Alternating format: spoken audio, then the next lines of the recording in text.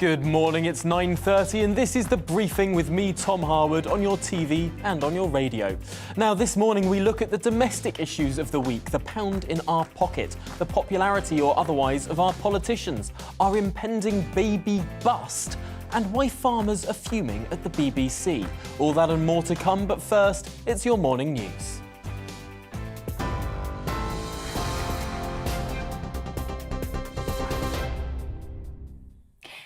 Good morning, it's 9:31. I'm Rhiannon Jones in the GB newsroom.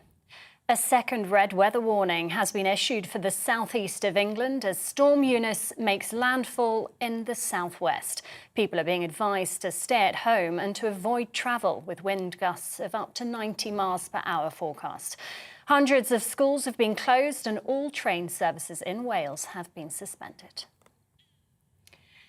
Ukraine's military says 60 ceasefire violations by pro-Russian separatists have been recorded in the past 24 hours. Police have released new video showing that what they say is a fire at a residential building after shelling on Thursday. Boris Johnson is due to attend a major security conference in Munich this weekend to try to de-escalate tensions between Russia and the West. Hundreds of people have been rescued after a ferry caught fire between Greece and Italy in the early hours of the morning. The Greek Coast Guard confirmed most of the 290 passengers were taken to the island of Corfu. There are no immediate reports of deaths or severe injuries. The cause of the fire is not yet known. Wales have scrapped the use of COVID passes. A person's vaccination status was required for entry to indoor and outdoor venues, including sports grounds and nightclubs. Although the rules have been changed, venues have been told they can still demand proof of jabs if they want to. TV online and DAB Plus radio, this is GB News. We'll be back at the top of the hour with a full update. Now it's back to The Briefing with Tom Harwood.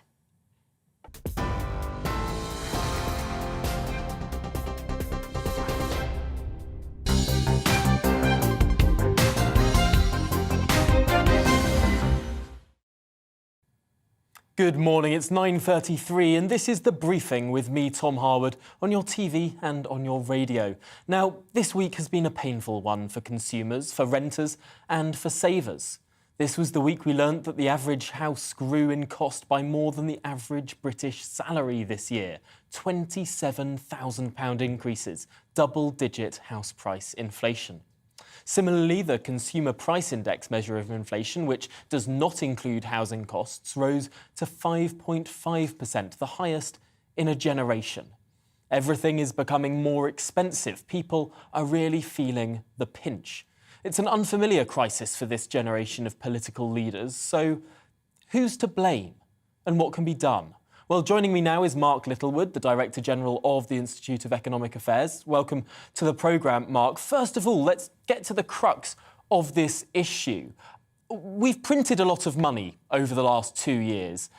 Is that to blame for these rising prices? In part, Tom, I think it is. There's a whole range of different factors that go into prices going up. You can't necessarily hold somebody to blame for each and every one of them. I mean, if we were to look at energy prices, those are, if you like, naturally going up. It's a prevailing market rate. The government's probably making it worse in terms of household domestic energy bills. But there's a whole plethora of things. But if you were to look at all of the things that cause prices to go up, printing money, or spending a lot of government money without productivity rising. You've mentioned housing, Tom. That's been a perennial problem for 20 or 30 years now that no government's really grasped. So all of the different measurements, I would say, are going in the wrong direction. And I'm afraid I don't have much good cheer for you or your viewers and listeners, Tom. You mentioned that CPI is at over 5% now. Some of the more optimistic forecasters think inflation could top out at about 7%. But I wouldn't be wholly surprised. This isn't a prediction, but I think it's within the remit of possible outcomes if we actually see inflation get into double digits. And that means all of us feel poorer. All of us indeed are poorer, especially those who are counting the pennies at the end of the week and struggling to get by. That becomes a colossal challenge. And I think that when people ask themselves, are they feeling richer than they were 2, 3, 4 years ago, the answer's no. And that tends to be bad news for the incumbent government. Now, economists at your organisation, the Institute of Economic Affairs, had been warning about inflation for quite some time. I had Christopher Snowdon on my show last week who was saying just that. Yet the Bank of England didn't really see this coming. And now there's an infamous clip of the Prime Minister, Boris Johnson, that the Labour Party is sharing, of him being interviewed last year saying he didn't think inflation was coming down the track either. Why were they wrong and the economists at the IEA were right? Well, Tom, it's the normal operating procedure, Tom, for politicians to be wrong and the economists at the IEA to be right, I would say. I think the problem was partly this. There's been vast amounts of effective money printing, quantitative easing, as we call it in the terminology these days. Quantitative easing sort of really means money printing. We're not literally printing money. It is a data transactions on a computer screen. But we'd had that for a very long while without inflation hitting. Some people were saying 10 years ago we're going to get a bout of inflation at any time. And oddly, without all of the sort of money printing, with a lot of things, again, going in the wrong directions, inflation didn't bite. It's only kicking in now. And I think that Boris Johnson and others may have got complacent. Just because it hadn't kicked in yet doesn't mean it isn't sooner or later going to arrive. In fact, it nearly always does. And I would liken it a bit, Tom, to shaking a ketchup bottle. That's what you're doing if you're printing a ton of money. That's what quantitative easing does. It doesn't mean the ketchup suddenly hits the plate immediately, but it does mean that you get this sort of burst at some point. And unfortunately, we're going to be having that burst now. The truly worrying thing is it's quite difficult to control. The great economist Friedrich Hayek said that once inflation's out and in the system, trying to tame it is the equivalent of trying to catch a tiger by the tail. So there are no very easy remedies for Boris Johnson to apply. Most of the remedies will be difficult.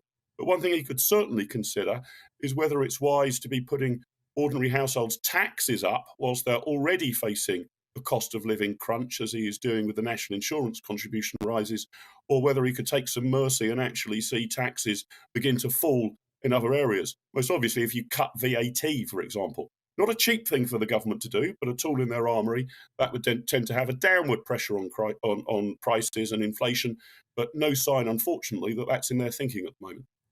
It's interesting, tax cuts on the one hand. Could the other hand of this be some pretty painful spending cuts, potentially?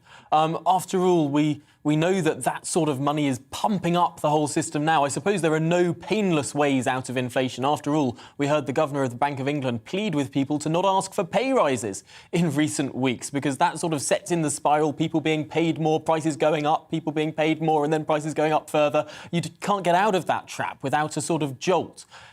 What painful jolt should the government consider? Well, I think you're right on public spending, Tom. Looking at it from an inflationary perspective, the public sector is not as productive as the private sector. It doesn't show the same levels of productivity growth over the long term, although it's worth pointing out private sector productivity has not been great either.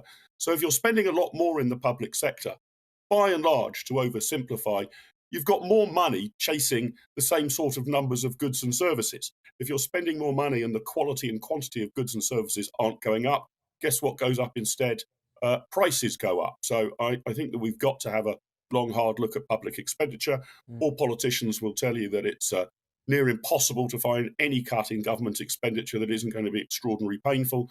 But we have allowed public expenditure to rise to an absolutely eye-watering level. Some of that was to do with the pandemic, sure, but there doesn't seem to be any area of government expenditure that Boris Johnson or Rishi Sunak seem even interested in trimming. And I think we've got to work out whether, for example, our absolutely massive welfare bill is properly targeted.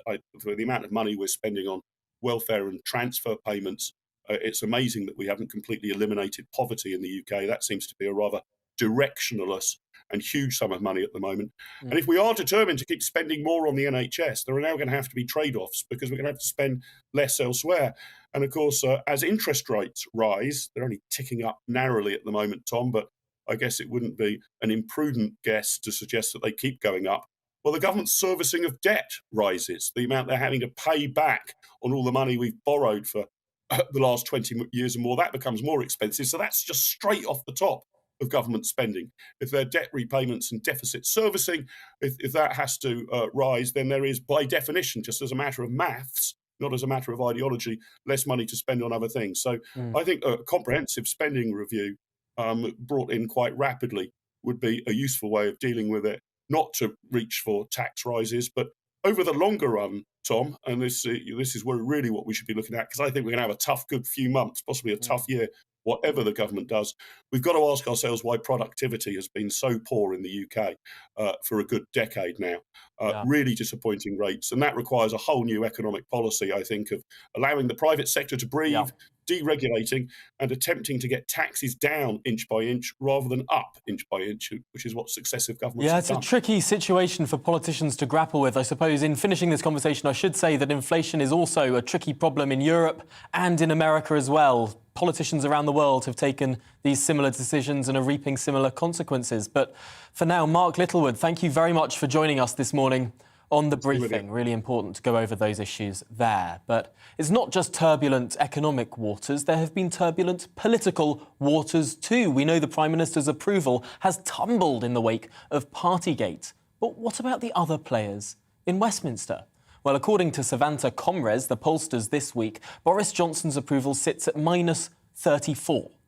Keir Starmer's net approval at -6 and Rishi Sunak's net approval at +3. But there's a but here. While the Chancellor is still just about afloat in positive approval ratings, this represents a huge drop over time.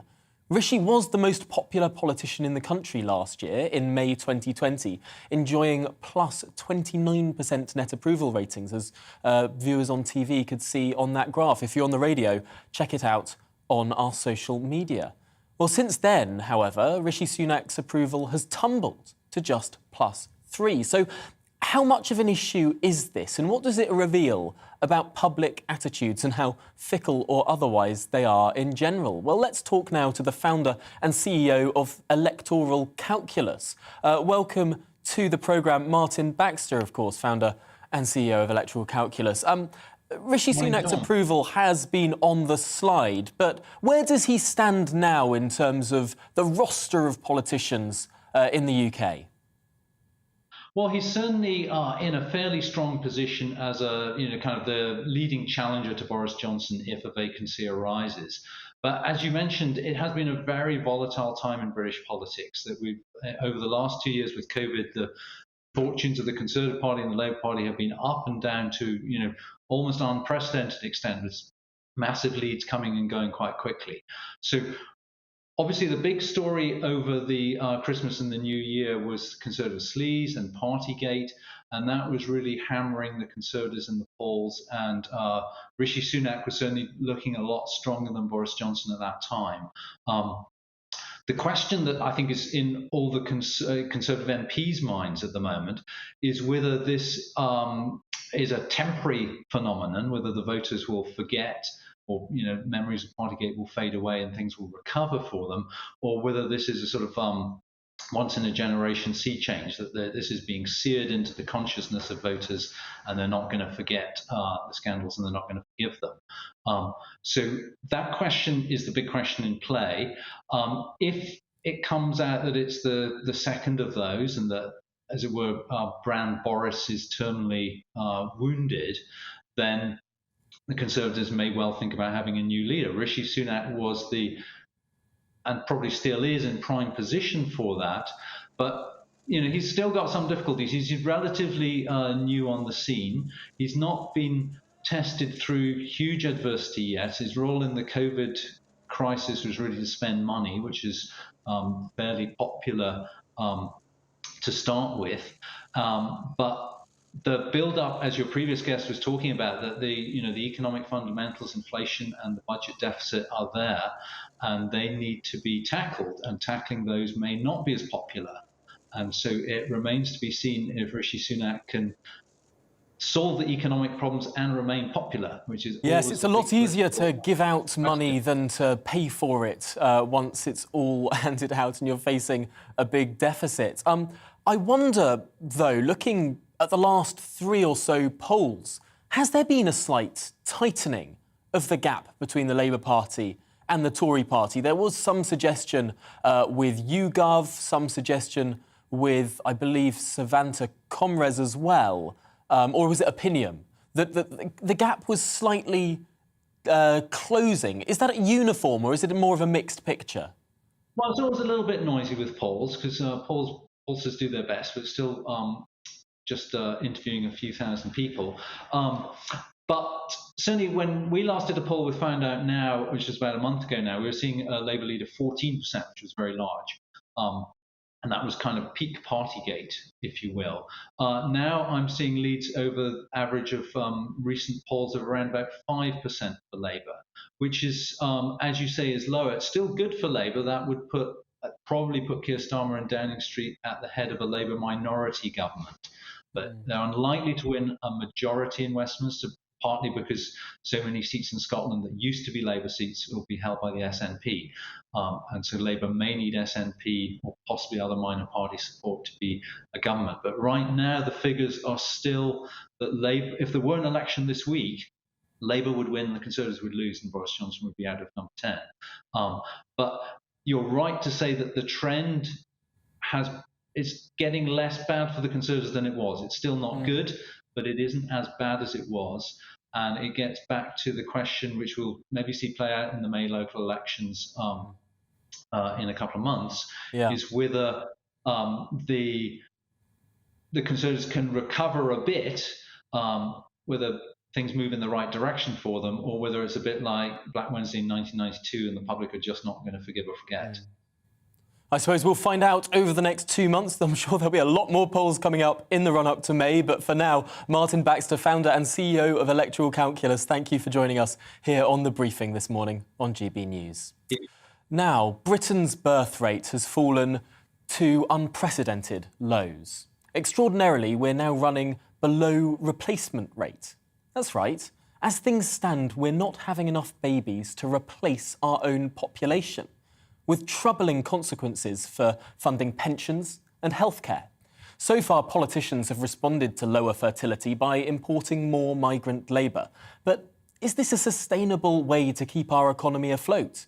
How should we respond to this burgeoning population crisis? Well, Ellen Pasternak is a researcher and writer who has written on parenting as a public good, something that benefits the whole of society, writing in the online magazine Works in Progress, a magazine I heartily recommend. Well, welcome to the programme, Ellen. First of all, how big a problem is declining fertility? After all, I suppose some people do want a dwindling population. Yeah, that's true. That's a good question. There's good reasons to think that too low of a population is a problem, as well as too high of a population. Growth rate. And I think what this highlights is that there's a really big crossover potentially between feminist policies and family-friendly policies and potential benefits via increased birth rates. What do you mean by that in terms of how increased birth rates could be good for society? For instance, we currently have NHS spending that's increasing at a really high rate. We've got it's now currently apparently up to 44% of day-to-day public spending by the government. Pensions also increasing. Amounts of spending.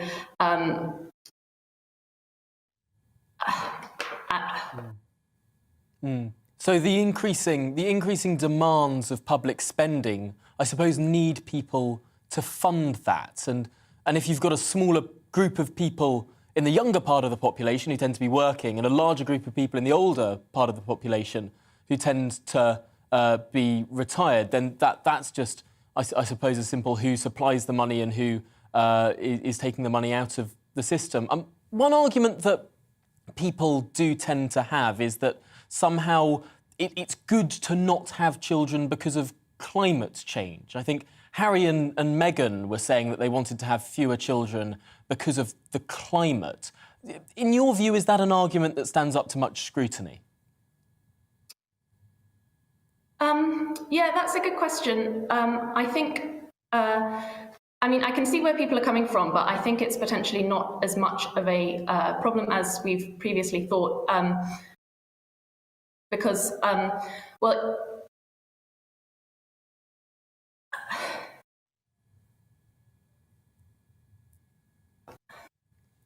Well, I think that we can... Sorry about that. I do recommend that everyone have a look at your article in the Works in Progress magazine that does cover a lot of these issues. It's a very well-written piece. And Ellen, thank you for coming on and talking through some of those issues there. So we've run out of time on that conversation. But moving on to an issue of farming and the BBC. A Panorama documentary this week entitled A Cow's Life, The True Cost of Milk has been roundly condemned by people in the countryside for presenting all farmers, all countrymen, as cruel and abusive. Secret filming from a vegan activist in one farm revealed some undoubtedly shocking behaviour of cows being abused. But is it fair or right to portray the whole industry like this? Is every farm really lashing out at the animals that produce our milk? Well, joining me now is Peter Stevenson, Chief Policy Advisor at Compassion in World Farming. Welcome to the programme, Peter. This documentary that was put out by Panorama, some of the scenes in it were really quite shocking. Is that representative? No, I don't think anybody's trying to suggest that every farmer behaves as in this brutal manner that was seen in the Panorama with cows being kind of kicked and beaten. But that it's clear there are a proportion of farmers like that. And, we regularly over the years do see exposés of farm animals being treated badly. But no, of course, it's not every farmer. But remember, the programme, in addition to that brutality, showed some what I'd call systemic problems. It looked, for example, at the way that the calves are separated from the cow, within hours of birth.